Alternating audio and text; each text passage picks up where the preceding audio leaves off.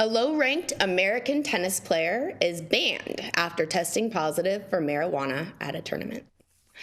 Coming direct off the court from London, a low-ranked American tennis player who competed for the University of North Carolina has been suspended for 2 years. Yes, 2 years, folks, after testing positive for marijuana during an ATP Challenger tournament, the International Tennis Integrity Agency announced on Tuesday. Did you say integrity? The Integrity, Tennis Integrity Agency.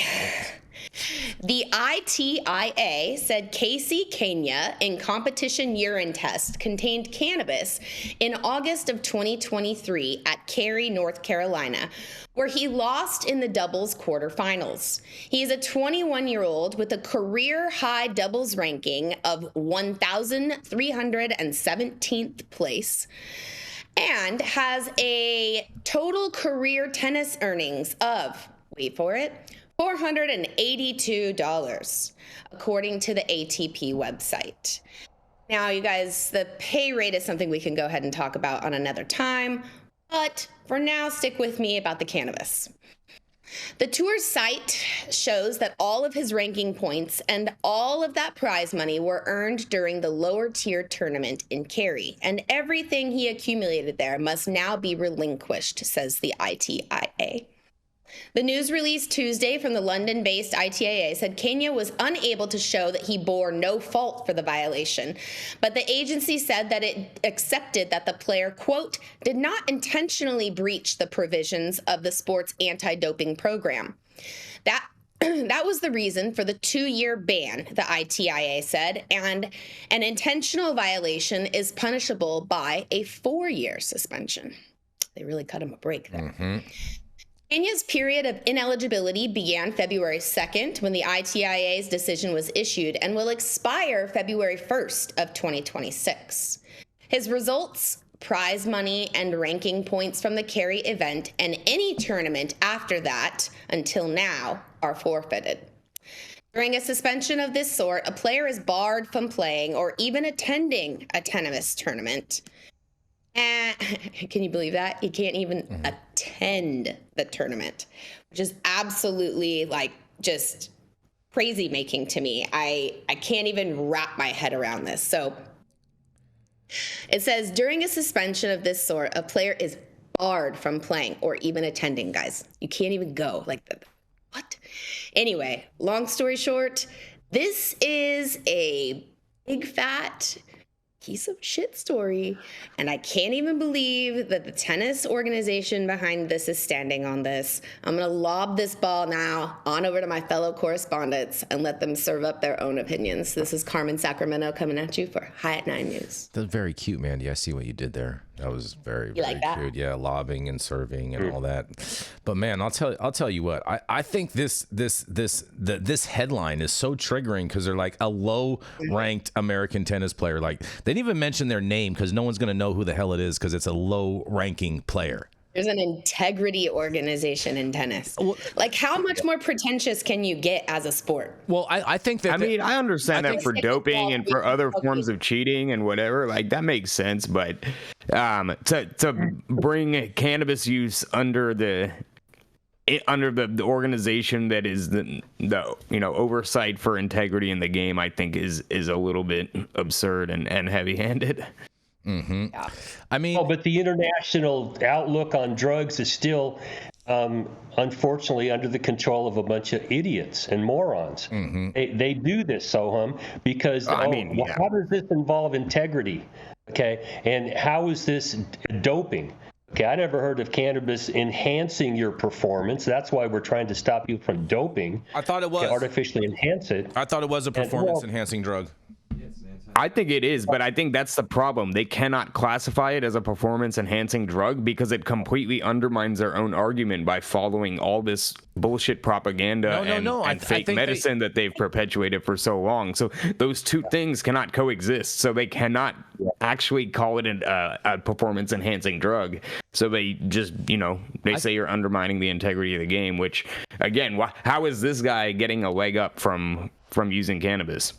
Well, he's just probably not that good. If I remember, I can't even get behind this performance enhancing concept. I covered an article on this a couple of months back. I can't remember when, but I can't get behind that it's performance enhancing. What I can say is that it's body recovering. And when you are an athlete, you need recovery time. Your muscle tissue, your ligaments, your bones, everything needs a break.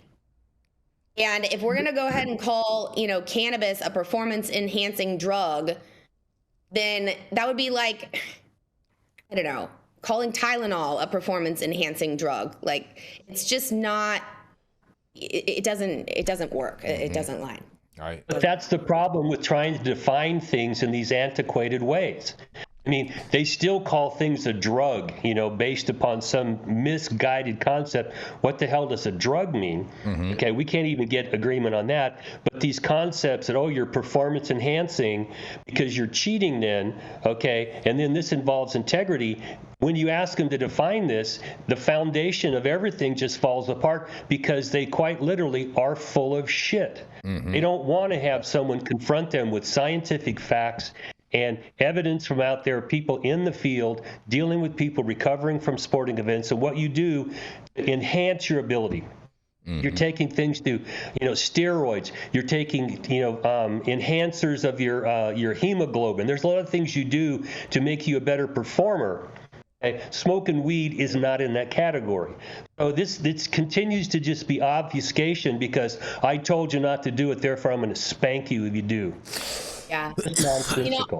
I covered a story also similar to this topic. It actually was a research study. I wish we could just go through our archives hella fast and pull it up. But basically what the study revealed was that it is not actually a performance enhancer. What it actually does is it allows the body or the brain to relax more and not focus so much on the intensity of your workout as much as just being present in the workout.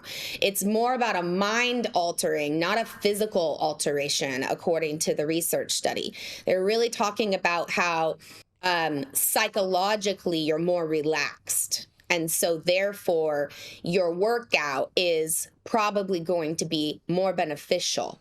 But there wasn't a direct correlation to a runner running faster. As a matter of fact, I believe the research studies showed that there was actually a decrease in pace, but an increase in distance. So more stamina, but just not as fast. I mean, and I think when I use the term performance enhancing, I don't necessarily mean it in the sense of anabolic steroids or something that's physically making you stronger or faster.